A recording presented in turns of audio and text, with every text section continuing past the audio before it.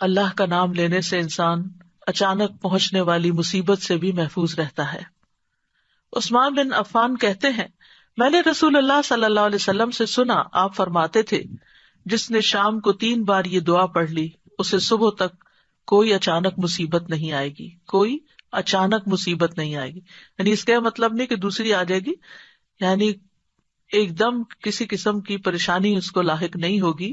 اور وہ دعا ہے بسم اللہ الذی لا یضر مع اسمہ شیء فی الارض ولا فی السماء وہو السمیع العلیم۔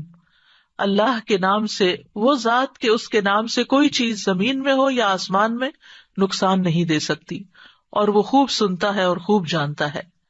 اور جس نے صبح کے وقت یہ دعا پڑھ لی اسے شام تک کوئی اچانک مصیبت نہیں آئے گی، اور جب شام کو کوئی پڑھ لے تو صبح تک اس کو پریشانی نہیں ہوگی۔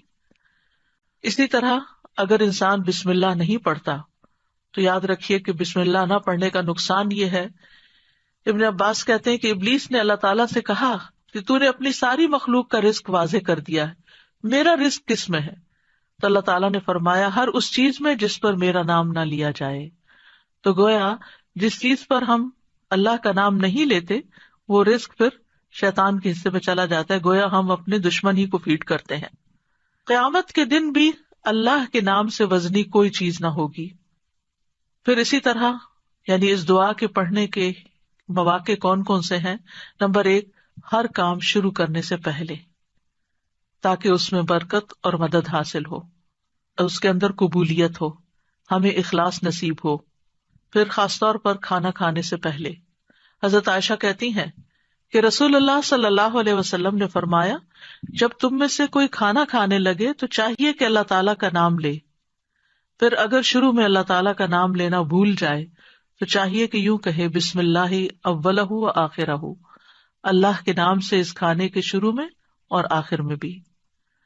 پھر اسی طرح لباس اتارتے وقت بسم اللہ پڑھنی چاہیے۔ انس رضی اللہ عنہ سے روایت ہے کہ نبی صلی اللہ علیہ وسلم نے فرمایا جنوں کی آنکھوں اور بنی آدم کی شرمگاہوں کا پردہ یہ ہے کہ جب ان میں سے کوئی اپنے کپڑے اتارے تو بسم اللہ پڑھ لے، یعنی اتارنے سے پہلے پڑھ لے، تو جن اور شیاطین کی نظر نہیں لگتی۔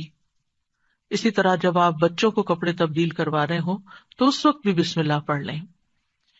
اسی طرح بیت الخلاء جاتے وقت یعنی اندر پاؤں رکھنے سے پہلے بسم اللہ پڑھ کے دروازہ کھولیں۔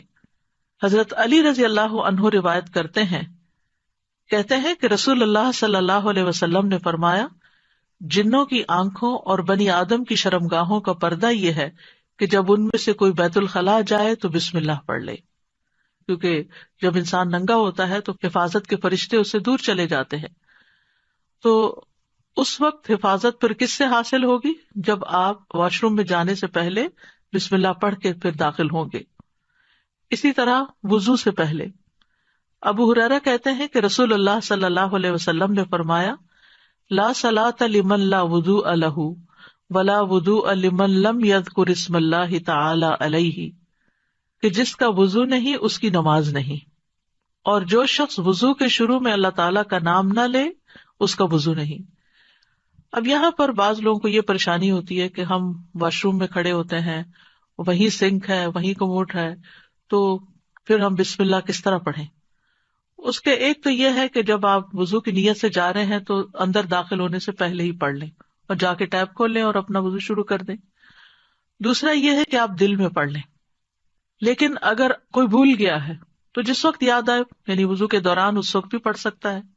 پھر اسی طرح پڑھنا ہی بھول گیا تو اس کا کیا مطلب وضو ہوا ہی نہیں سرے سے، یا پھر یہ کہ اس کی اگر وضو نہیں ہوا تو کیا نماز ہی نہیں ہوئی؟ نہیں، اس کا مطلب یہ ہے کہ اس کا وضو کامل نہیں ہوا۔ یہاں علماء نے اس کا مطلب یہ کیا ہے کہ اس کے وضو میں نقص رہ گیا، وضو ہو جائے گا، نماز ہو جائے گی، لیکن وہ جو برکت حاصل ہونی تھی یا زیادہ ثواب ملنا تھا اس سے انسان محروم ہو جاتا ہے۔ پھر اسی طرح یہ ہے کہ قرآن مجید کی قرأت سے پہلے بسم اللہ پڑھنی چاہیے۔ قتادہ سے روایت ہے، وہ کہتے ہیں کہ انس رضی اللہ عنہ سے سوال کیا گیا کہ نبی صلی اللہ علیہ وسلم کی قرأت کیسی تھی، تو انہوں نے بیان کیا کہ آپ صلی اللہ علیہ وسلم کھینچ کر پڑھتے تھے، پھر آپ نے بسم اللہ الرحمن الرحیم کو پڑھا، یعنی بسم اللہ الرحمن الرحیم، یعنی مد کے ساتھ پڑھتے تھے، الرحمان کو اور رحیم کو بھی کھینچ کر تلاوت کرتے تھے.